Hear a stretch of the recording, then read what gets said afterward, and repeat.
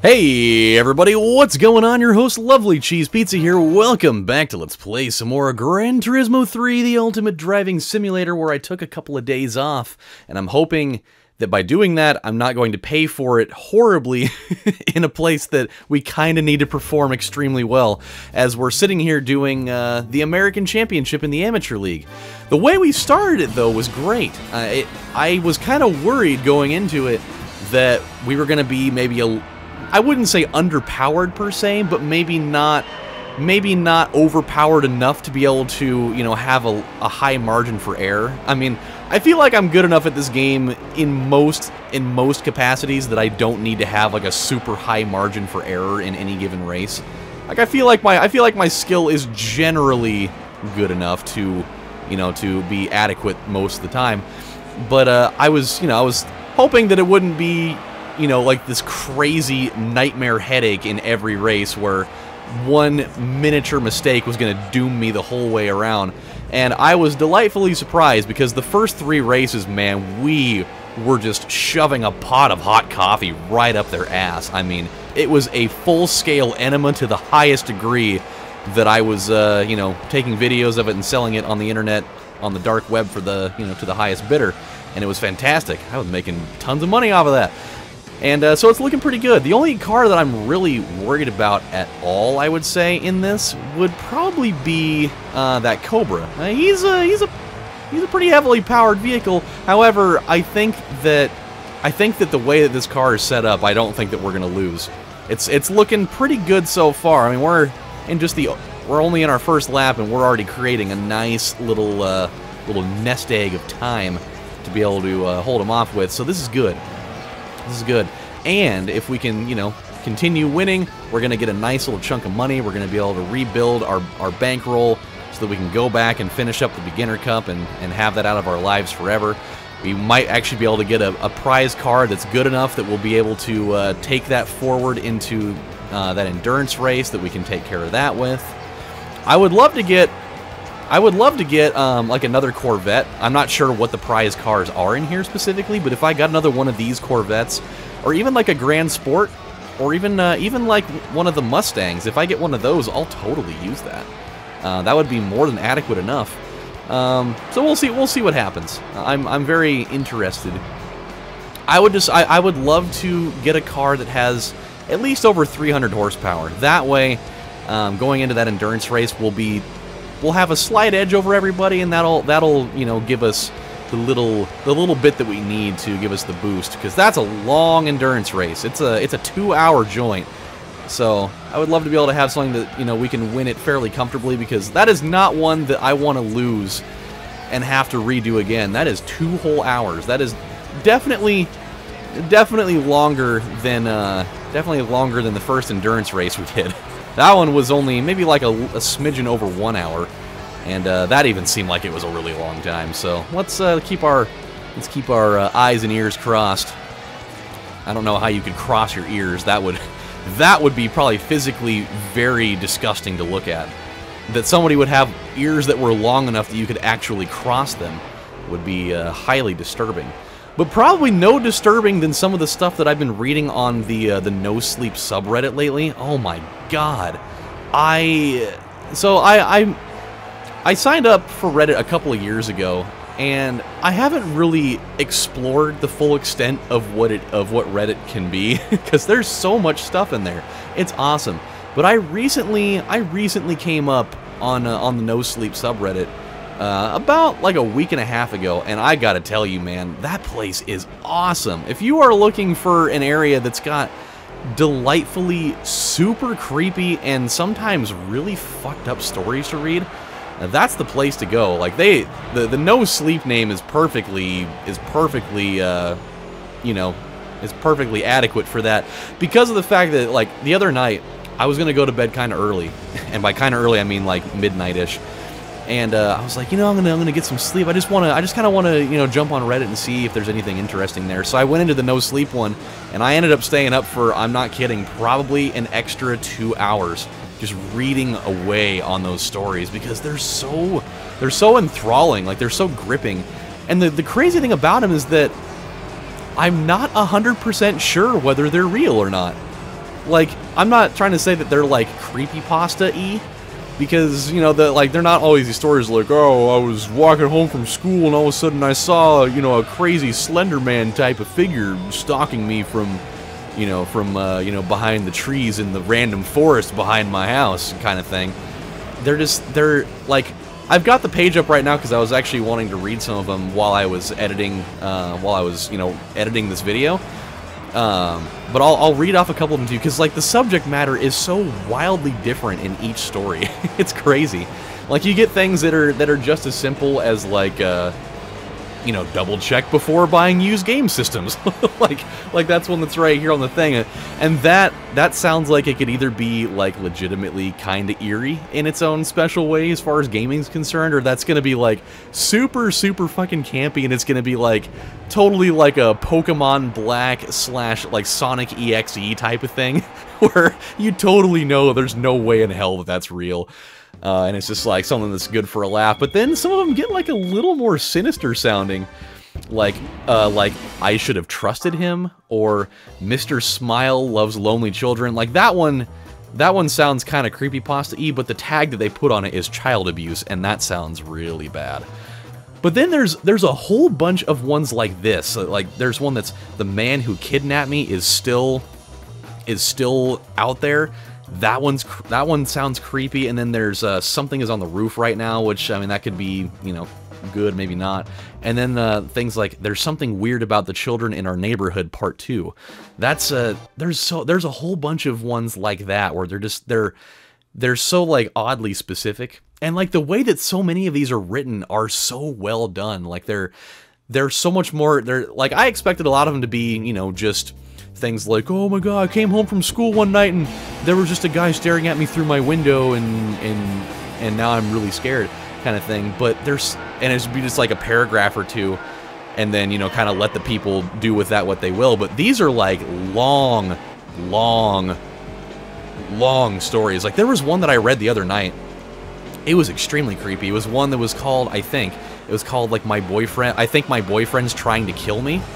And it kind of basically, and I don't remember the story extremely well, just because it was really late when I was reading it. But if I remember correctly, it was like a user that was following this girl on Twitter, and he was basically like, so I've been following this girl on Twitter, and over the span of like an hour's worth of time on the timeline, she posted just this insane string of things. And so I'm going to post them here for you. And so, you know, it kind of has like the perfect, you know, Twitter copy paste type of thing going on. It's basically this girl saying that, you know, she has locked herself in the bathroom of this, you know, of this cabin that's out up in the mountains in the woods with her boyfriend. Like they were going to go there for the weekend or whatever, and they like, she was gonna break up with him because he was being like hyper aggressive, and, you know, just, it wasn't, you know, they weren't, like, it was getting, she wasn't comfortable with him anymore. And so she tried to break the news to him, and he like totally ended up going insane, and he said that he was gonna kill her. But he was doing it in like a kind of a really creepy like serial killer-y type of way, where he tried to play it off like, you know, he wasn't mad at all. He's like, I'm gonna make you dinner, and but after that I'm gonna kill you kind of thing. He's like, why don't you go take a shower and freshen up? And so she, you know, locks herself in the bathroom, and she's, you know, trying to send out all these tweets to get, you know, people's attention to, you know, contact the authorities or whatever, and all this stuff, because apparently she couldn't make calls out there, but texts still work or whatever. And essentially what happened later is they find out that, you know, this girl ended up getting murdered. Like, it came out on the news later that girl ended up getting killed. Or, like, they found a body inside of the cabin, and the guy, you know, they weren't able to find him type of thing. And so that guy, when he had collected up all those tweets, like, that was the only like those were the last words that were, you know, that were found, type of thing. It's really creepy the way that, you know, the way that it was told. But I think the creepiest one that I've come across so far out of all these, I don't remember the name of it, but it was kind of one of those, like, the man who blah blah is still out there kind of things. This one was fucking creepy. So it was like this. It was an amateur police officer, you know, and she was out on one of her, you know, first few days on the job with her partner or whatever, and you know, she'd been having some issues early on with, you know, like super douchebaggy, you know, sexist coworkers that were like, oh, you're a woman, the only job you should have is behind a desk and not, you know, in a police car trying to save lives because you're too small. And men are the only people that can do anything that involves doing anything that isn't being in front of a stove, kind of thing, you know. And so she goes out on one, you know, they're answering a distress call, and they pull up to this apartment complex, and you know, they go up to the door, and there's this little girl that opens the door, and they're like, you know, we heard that something was going on here, you know, can you tell us what's going on? And she's like, you guys need to leave. Because if you don't, he'll kill you too. And they're like, what are you talking about? Like, we need to come in. She's like, no, don't come in. They finally, you know, usher themselves in there, and they walk in, and there's just a lady just laying face down in the floor in just a monstrous pile of blood, and her face has just been mutilated and bludgeoned beyond recognition. Like, it is just an absolute just decimation going on in there. And so the girl stays with her, trying to check to see if she's still alive, while the other guy goes down the hallway, because, you know, you gotta check the house, and he walks into the other bedroom, and as soon as he walks in there, in classic, you know, internet article fashion, what he saw next would absolutely shock you. He walks in there, and there's just like this husk of a body laying on the bed, and like all of the limbs had been just crudely chopped off and like thrown in a pile on the ground in front of the bed, and it was just a bloodbath everywhere. And so he totally screams. She comes running down the hallway, and the guy that did it was still in there. Like, he had just finished the job, and he had, you know, like, saw in hand or whatever. And so, you know, they got guns pointed at him. And when they had the guy identify himself, he takes off, you know, his mask or whatever, and they find out that it was one of their actual fellow officers from their, you know, from their precinct or whatever. And it was actually one of the super douchebaggy guys that had been giving the rookie girl all this trouble. And so he was like taunting her and all this stuff, and he was like super, like, you know, super complete and total lack of contrition about it. Like, he was excited about it, and he was, you know, gloating over what he had done, type of thing. And so they haul him off to jail, and you know, some time passes, and now, you know, the rookie officer, you know, has a child of her own, and but she finds out that that guy escaped from prison. How? I don't know. Here we go. Give me the goods. Give me the goods. Hey, an RX-7. Tight. I'm totally down with that. That actually would be a car that would work in that endurance race. That would totally work. It's got, I believe it has 276 horsepower, just like all the rest of those. Let's check it out really quick. I think we may also have finally eclipsed 25% game completion. Am I right? Ha ha ha! Nice. And our win ratio is almost to 85% again. This is good. This is very good. All right, what do we have here? 287. That's even better. It's a little bit above. That might be everything that we need to be able to enter into that deal. The only thing I worry about with that car, and it's something that I have experienced with a lot of RX-7s in these games, is that it has a very, very special asshole style of rear-wheel drive where it is so much more prone to doing donuts than any other rear-wheel drive car outside of maybe a Dodge Viper that I've ever had to deal with, and it drives me crazy. Is this not like the same color RX-7 that Dom drove in Fast and the Furious 1? I could have sworn it was red. I haven't seen it in a long time. I don't know what I'm talking about. So here's the next thing that we're going to do really quick before I finish up the story. We're going to jump into our CLK55, and we're going to go back into the amateur race. If I remember this correctly, I'm still a little fuzzy on this, but if I remember this correctly, we've got this German touring car championship thing that's kind of waiting in the wings, and I really want to do one of those. But I think the way that we can get one of those touring cars, if we come in here and do the Legend of the Silver Arrow, I think that our prize car for this set of races is actually a touring car. So I'm hoping and a praying. Ooh, let's do the Super Speedway. That's the perfect way to know. I'm hoping and a praying that our car will be beefed up enough that we'll be able to win these. I would assume that they probably are. I mean, with the way that we beefed up that Corvette and how easily we were able to win those races, would probably tell me that we should be all right. Oh, and there's 3 compressors. That's incredible.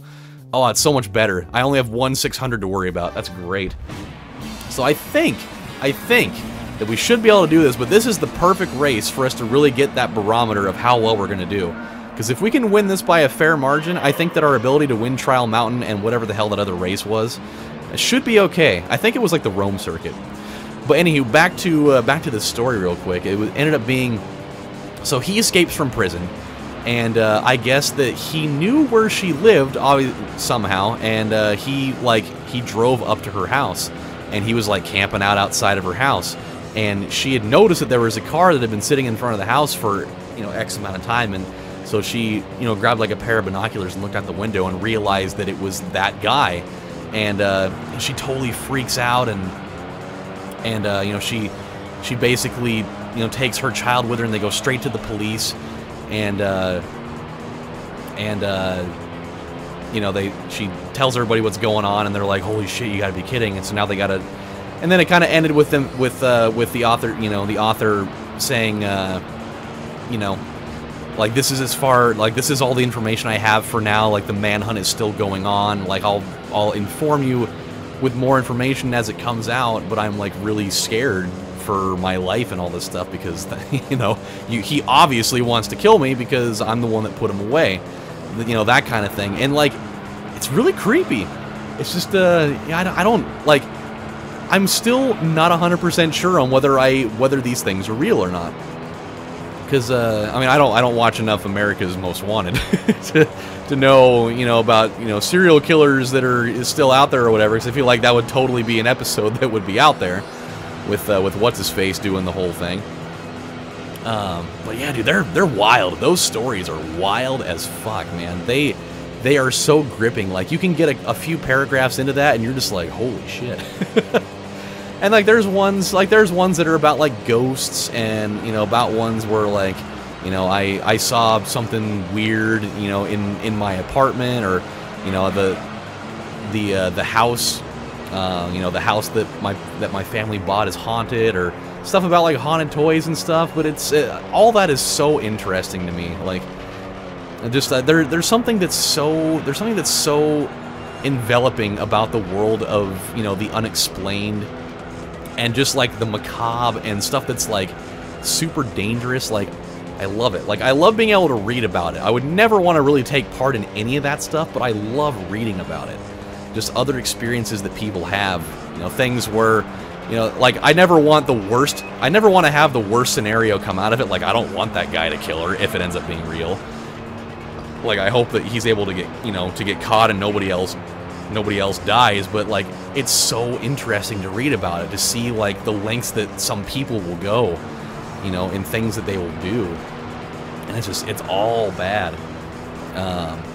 So yeah, it's I don't know, I really love reading about that stuff. It's very intriguing to me, and there's just, like, a thing about Reddit that, like, all these users that are posting them, like, it just doesn't, sometimes it has that creepypasta feel to it, and sometimes it doesn't. And, like, that's where I'm still trying to figure out, I'm trying to figure out whether what I'm reading is real or not. Because even sometimes people in the comment section are a little bit kind of the same way on that, but hey, you never know. You never freaking know. Oh boy, okay. Well, this is looking pretty good, by the way. I'm feeling very positive about this experience here. I was thinking, and maybe it's just the draw of cars that we got. Like, I don't know if we're going to be dealing with, 3 compressors and only one 600. I don't know who that car is in the back. I don't know what could have possibly happened to that car that would have made him be that far behind everybody else. I mean, a compressor is fairly underpowered compared to everything else, but, I mean, that is pretty extreme. Unless he spun out, He just blew a tire out there, and now he's on like a bicycle out there. He's like, you know, I threw my bike in the back of the car just in case worse came to worse. And I'll tell you, it worse totally. The 600's in the back? You're kidding me. No. No. Dude, it's the fastest car out of that thing. It has the most base horsepower out of the whole group. How the hell is it so far behind? 21 whole seconds behind. Oh my god. Oh my god, 20 grand a piece? Oh my god. Oh, this is gonna be highway robbery, man. That's fantastic. Holy shit. That's gonna be like the easiest 60 grand that we ever came up with, along with a prize car. Oh. Alright guys, well, we're gonna stop right here. This looks like a pretty good place to do it. And when we come back on the next installment of Let's Play Gran Turismo 3, we are a whopping 26.1% done. We have finally eclipsed being a quarter of the way in, and boy, we're gonna be at this for a long time. But that's okay. And when we come back, we're going to jump back into the Legend of the Silver Arrow. We're going to finish up those last 2 races. We're going to get our prize touring car, if this is how I remember it. And then we'll be able to, you know, we'll probably have enough money at that point that we can go finish up, you know, the last part of the Beginner Cup and take care of that. And then maybe we'll, you know, start preparing for that endurance race. We now have a car that is ready to do it, and so I think that that'll be a good thing to do. So, until then, my friends, this is your host, LovelyCheesePizza, saying thank you guys for watching. I'm going to go do the podcast, and I'll check you guys later. Bye, everybody. Take it easy.